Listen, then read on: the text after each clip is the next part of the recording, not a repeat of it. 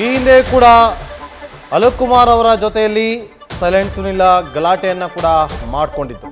ಸುನಿಲ್ ಖಡಕ್ ವಾರ್ನಿಂಗ್ ಅನ್ನು ಕೂಡ ಕೊಟ್ಟಿದ್ರು. ಸುನಿಲ್ಗೆ ಆವಾಜನ್ನು ಕೂಡ ಹಾಕಿದ್ದಂಥ ಸೈಲೆಂಟ್ ಸುನಿಲ್ 2019ರಲ್ಲಿ CCB ಮುಖ್ಯಸ್ಥರಾಗಿದ್ದಂಥ ಅಲೋಕ್ ಕುಮಾರ್ ಅವರು ರೌಡಿ ಪಿರಿಯಡ್ನ ಸಂದರ್ಭದಲ್ಲಿ ರೌಡಿಗಳನ್ನು ಹೆಡೆಮುರಿ ಕಟ್ಟೋದಕ್ಕೆ ಕಚೇರಿಗೆ ಕರೆಸಿದ್ರು, ರೌಡಿ ಪಿರಿಯಡ್ ನಡೆಸೋದಕ್ಕೆ. ಆ ಸಂದರ್ಭದಲ್ಲಿ ಬಾಲ ಬಿಚ್ಚಿದ್ರೆ ಹುಷಾರ್, ಕಟ್ ಮಾಡ್ತೀನಿ ಅಂತ ಅವತ್ತಿನ ಅಧಿಕಾರಿಯಾಗಿದ್ದಂಥ ಅಲೋಕ್ ಕುಮಾರ್ ಅವರು ಖಡಕ್ ಆಗಿ ವಾರ್ನಿಂಗ್ ಅನ್ನು ಕೂಡ ಮಾಡಿದ್ರು. ಆ ಸಂದರ್ಭದಲ್ಲಿ ಬಹಿರಂಗವಾಗಿ ಆವಾಜ್ ಹಾಕಿದ್ದ ಸುನಿಲ್. ನೀನು ಯಾರು ಏನ ಕುಡಿದು ಕೊಡ್ದಲ್ಲ ಬೈದು ಕೆನ್ನೆ ಗಿನ್ನೆನೆ ಏನ ಮುಟ್ಟಾಗ್ಬಿಟ್ಟಿದ್ಯಾ? ಏನಾಗ್ಬಿಟ್ಟಿದೆ?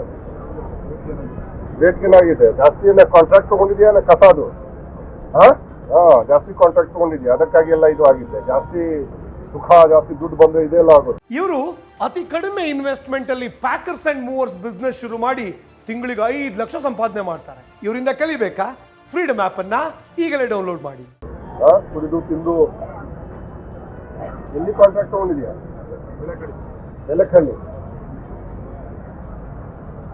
ಎಲೆಕ್ಷನ್ ಟೈಮ್ಗೆ ಸರಿಯಾಗಿ ಇರಬೇಕು, ಗೊತ್ತಾಯ್ತಾ?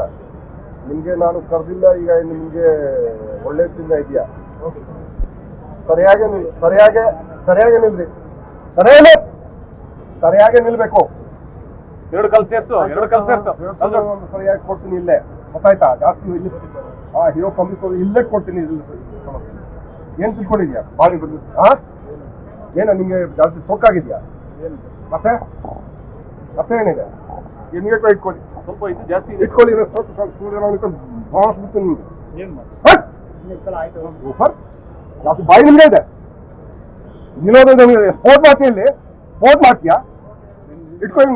ಬಾಡಿ ಲ್ಯಾಂಗ್ವೇಜ್ ಗೊತ್ತಾಗ್ತದೆ. ನೀವು ಆ ಕಡೆ ಹೋಗಿ ಸರಿಯಾಗಿ ಅವನಿಗೆ ಕ್ವಶನ್ ಮಾಡಿ. ನೀವೆಲ್ಲರೂ ಫಾಲ್ತುವಾಗಿ ಅವನಿಗೆ ಕ್ವಶನ್ ಮಾಡಿ ಸರಿಯಾಗಿ ಅವನಿಗೆ ಕಾಂಟ್ರಾಕ್ಟ್ ಮಾಡ್ತಾರೆ. ನೋಡಿ ಯಾರು ಕಾಂಟ್ರಾಕ್ಟ್ ಕೊಡ್ತಿದ್ದಾನೆ ನೋಡ್ತೀನಿ ಸತಿ ನಿಮ್ಗೆ ಜಾಸ್ತಿ ಆಗಿದೆ ನಿಮ್ಗೆ.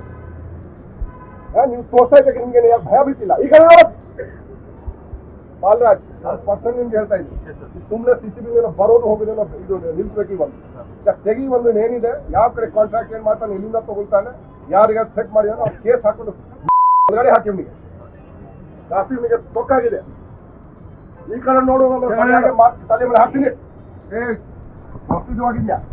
ಜಾಸ್ತಿ ಕಣ್ ತೋರಿಸ್ತೀಯ, ನೀನು ಕಣ್ ತೋರಿಸ್ತೀಯಾ? ನೋಡಿ ಒಳಗಡೆ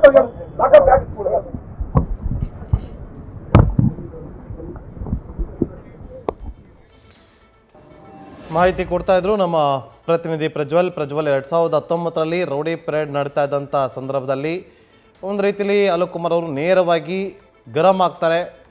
ಜೊತೆಗೆ ಬರುವಂಥ ಕೇಸ್ಗಳು ಯಾವುದಿದೆ ಅದೆಲ್ಲವೂ ಕೂಡ ಅದರ ಬಗ್ಗೆ ಪರಿಶೀಲನೆ ಆಗಬೇಕು ಅಂತ ಹೇಳ್ತಾರೆ. ಸೊ ಅದಾದ ಬಳಿಕ ಈಗ ಮತ್ತೆ ಮೊನ್ನೆ ಕಾಣಿಸ್ಕೊಂಡ ಬಳಿಕ ಮತ್ತೆ ಸೈಲೆಂಟ್ ಸುನಿಲ ಸಾಕಷ್ಟು ಪ್ರಚಲಿತದಲ್ಲಿರುವಂಥದ್ದು. ಮಾಹಿತಿ ಕೊಡೋದಾದ್ರೆ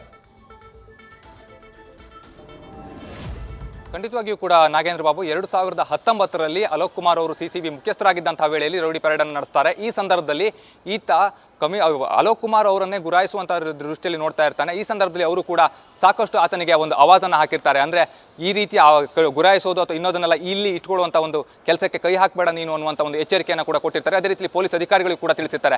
ಈತನ ಮೇಲೆ ಯಾವ ಪ್ರಕರಣಗಳಿದೆ ಅದೆಲ್ಲದರ ಬಗ್ಗೆ ಸಂಪೂರ್ಣವಾದಂತಹ ಒಂದು ಮಾಹಿತಿಯನ್ನು ಕಲೆ ಹಾಕಿ ಈತನನ್ನ ಮೊದಲು ಕಸ್ಟಡಿ ತೆಗೆದುಕೊಳ್ಳಿ ಅನ್ನುವಂಥ ಒಂದು ಮಾತನ್ನ ಕೂಡ ಹೇಳಿರ್ತಾರೆ. ಆ ಸಂದರ್ಭದಲ್ಲಿ ಈತನನ್ನ ಕಸ್ಟಡಿಗೂ ಕೂಡ ಪೊಲೀಸರು ತೆಗೆದುಕೊಂಡಿರ್ತಾರೆ. ಇಲ್ಲಿ ಮುಖ್ಯವಾಗಿ ಈತ ಸಾಕಷ್ಟು ರೌಡಿಸಂ ಚಟುವಟಿಕೆಗಳಲ್ಲಿ ಭಾಗಿಯಾಗಿರ್ತಾನೆ, ಅದರಲ್ಲೂ ಕೂಡ ಸಾಕಷ್ಟು ಕೃತ್ಯಗಳನ್ನು ಕೂಡ ಎಸಗಿರ್ತಾನೆ. ಆ ಒಂದು ಹಿನ್ನೆಲೆಯಲ್ಲಿ ಈತನನ್ನ ಕರೆಸಿ ವಾರ್ನಿಂಗ್ ಅನ್ನು ಮಾಡಬೇಕಾಗುತ್ತೆ. ಅದರಲ್ಲೂ ಕೂಡ ಮುಖ್ಯವಾಗಿ ಈಗಾಗಲೇ ಚುನಾವಣೆ ಕೂಡ ಸಮೀಪದಲ್ಲಿದೆ. ಆ ಒಂದು ಹಿನ್ನೆಲೆಯಲ್ಲಿ ಇವರ ಮೇಲೆ ಪೊಲೀಸರು ಕೂಡ ಹದ್ದಿನ ಕಣ್ಣನ್ನು ಇಡಬೇಕಾಗುತ್ತೆ.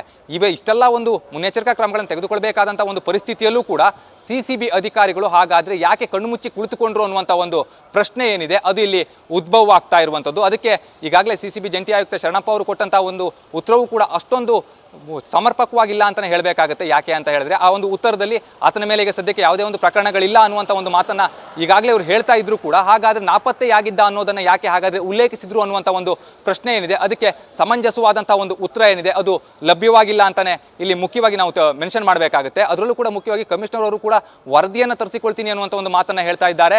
ಅನಂತರದಲ್ಲಿ ಅವನ ಮೇಲೆ ಕ್ರಮವನ್ನು ತೆಗೆದುಕೊಳ್ತೀವಿ ಅನ್ನುವಂಥ ಒಂದು ಮಾತನ್ನ ಹೇಳ್ತಾ ಇದ್ದಾರೆ. ಇದನ್ನ ಯಾಕೆ ಈ ಹಿಂದೆಯೇ ಮಾಡಲಿಲ್ಲ ಅನ್ನುವಂಥ ಒಂದು ಪ್ರಶ್ನೆ ಕೂಡ ಉದ್ಭವ ಆಗಿದೆ. ಕಾರಣ ಏನು ಅಂತ ಹೇಳಿದ್ರೆ, ಈಗಾಗಲೇ ಒಂದು ಪಕ್ಷದಲ್ಲಿ ಗುರುತಿಸಿಕೊಂಡಿದ್ದಾನೆ, ಅದರ ನಡುವಲ್ಲೇ ಸಾಕಷ್ಟು ರಾಜಕೀಯ ವ್ಯಕ್ತಿಗಳು ಕೂಡ ಈತನ ಬೆನ್ನೆಲುಬಿಗೆ ನಿಂತಿದ್ದಾರಾ ಅನ್ನುವಂಥ ಒಂದು ಪ್ರಶ್ನೆ ಕೂಡ ಇಲ್ಲಿ ಉದ್ಭವ ಆಗ್ತಾ ಇರೋದ್ರಿಂದಾಗಿ ಇನ್ನೊಂದು ಕಡೆಯಲ್ಲಿ ಎಲ್ಲಾದ್ರೂ ಒಂದು ಕಡೆ ಪೊಲೀಸರ ಮೇಲೆ ಹಾಗಾದ್ರೆ ರಾಜಕೀಯವಾಗಿ ಒತ್ತಡ ಇದೆಯಾ, ಈತನನ್ನ ಕರೆಸಬಾರ್ದು ಅಥವಾ ಈತನನ್ನ ವಿಚಾರಣೆಯನ್ನು ನಡೆಸಬಾರ್ದು ಅನ್ನುವಂಥ ಒಂದು ಒತ್ತಡ ಇದೆಯಾ ಅನ್ನೋದು ಕೂಡ ಇಲ್ಲಿ ಅನುಮಾನಗಳಿಗೆ ಕಾರಣವಾಗ್ತಾ ಇರುವಂಥದ್ದು. ಆದ್ರೆ ಪೊಲೀಸರು ನಮಗೆ ಯಾವುದೇ ರೀತಿಯ ಕೂಡ ಒತ್ತಡ ಇಲ್ಲ ಅನ್ನುವಂಥ ಒಂದು ಮಾತನ್ನ ಹೇಳ್ತಾ ಇದ್ದಾರೆ. ಹಾಗಾದ್ರೆ ಈತ ರಾಜಾರೋಷವಾಗಿ ಓಡಾಡ್ಕೊಂಡಿದ್ರು ಕೂಡ ಈತನನ್ನ ಹಾಗಾದ್ರೆ ಯಾಕೆ ರೌಡಿ ಪೆರೇಡ್ಗೆ ಕರೆಸಲಿಲ್ಲ ಅಥವಾ ಈತನನ್ನ ಯಾಕೆ ವಿಚಾರಣೆ ನಡೆಸಲಿಲ್ಲ? ಕೇವಲ 26 ರೌಡಿಗಳು ಮಾತ್ರ ಹಾಗಾದ್ರೆ ವಿಚಾರಣೆ ನಡೆಸಿದ್ದಕ್ಕೆ, ಕೇವಲ ಪುಡಿ ರೌಡಿಗಳ ಮೇಲೆ ಹಾಗಾದ್ರೆ ಮಾತ್ರ ಪೊಲೀಸರು ತಮ್ಮ ಒಂದು ಪ್ರತಾಪವನ್ನು ತೋರಿಸ್ತಾ ಇದ್ದಾರಾ ಅನ್ನುವಂಥ ಒಂದು ಪ್ರಶ್ನೆ ಏನಿದೆ ಇದು ಕೂಡ ಮೂಡ್ತಾ ಇರುವಂತದ್ದು.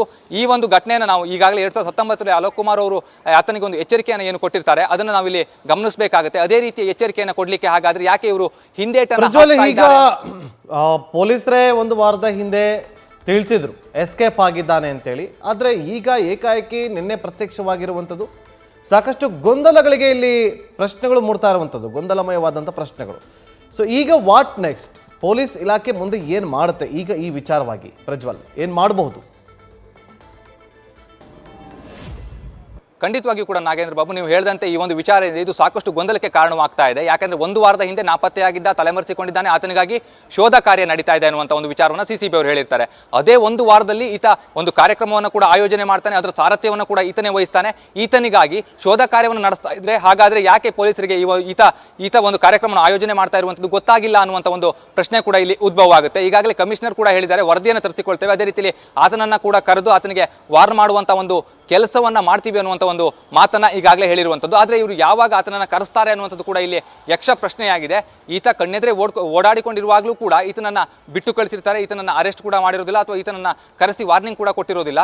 ಈಗ ಯಾವಾಗ ಈ ಎಲ್ಲ ವಿಚಾರಗಳು ಚರ್ಚೆ ಆಗ್ತಾ ಬರುತ್ತೋ ಈ ಸಂದರ್ಭದಲ್ಲಿ ಆತನನ್ನ ಕರೆಸ್ತೀವಿ, ಆತನಿಗೆ ವಾರ್ನಿಂಗ್ ಕೊಡ್ತೀವಿ ಅನ್ನುವಂಥ ಒಂದು ಮಾತನ್ನ ಹೇಳಿರುವಂಥದ್ದು. ಈಗಾಗಲೇ ಅವರು ಕೂಡ ಸ್ಪಷ್ಟಪಡಿಸಿದ್ದಾರೆ ಈತನ ಮೇಲೆ ಸದ್ಯಕ್ಕೆ ಯಾವುದೇ ರೀತಿಯ ಒಂದು ಪ್ರಕರಣಗಳಿಲ್ಲ ಅನ್ನುವಂಥ ಒಂದು ಮಾತನ್ನ ಕೂಡ ಹೇಳ್ತಾ ಇದ್ದಾರೆ. ಹಾಗಾಗಿ ಕರೆಸಿ ವಿಚಾರಣೆಯನ್ನು ನಡೆಸಿ ಕೇವಲ ವಾರ್ನಿಂಗ್ ಕೊಡುವಂಥ ಒಂದು ಕೆಲಸವಾಗಬಹುದು ಅನ್ನುವಂಥದ್ದೇನಿದೆ ಇದು ಇಲ್ಲಿ ಗೊತ್ತಾಗ್ತಾ ಇರುವಂಥ ಒಂದು ವಿಚಾರ. ಆದರೆ ಯಾವಾಗ ಕರೆಸ್ತಾರೆ ಅಥವಾ ಹೇಗೆ ಕರೆಸ್ತಾರೆ ಅನ್ನುವಂಥದ್ದು ಕೂಡ ಇಲ್ಲಿ ಪ್ರಮುಖವಾಗುತ್ತೆ. ಅದರ ಬಗ್ಗೆ ಎಲ್ಲೂ ಕೂಡ ಇನ್ನೂ ಪೊಲೀಸರು ಸುಳಿವನ್ನು ಬಿಟ್ಟುಕೊಟ್ಟಿಲ್ಲ. ಒಟ್ಟಾರೆಯಾಗಿ ಒಮ್ಮೆ ಆತನನ್ನ ಕರೆಸಿ ಆತನಿಗೆ ವಾರ್ನಿಂಗ್ ಕೊಡುವಂಥ ಒಂದು ಕೆಲಸವಾಗಬಹುದು ಅನ್ನುವಂಥ ಒಂದು ನಿರೀಕ್ಷೆ ಏನಿದೆ ಅದು ಈಗ ಸದ್ಯದ ಮಟ್ಟಿಗೆ ಇರುವಂಥದ್ದು. Nagendra Babu. Okay, thank you Prajwal. News first.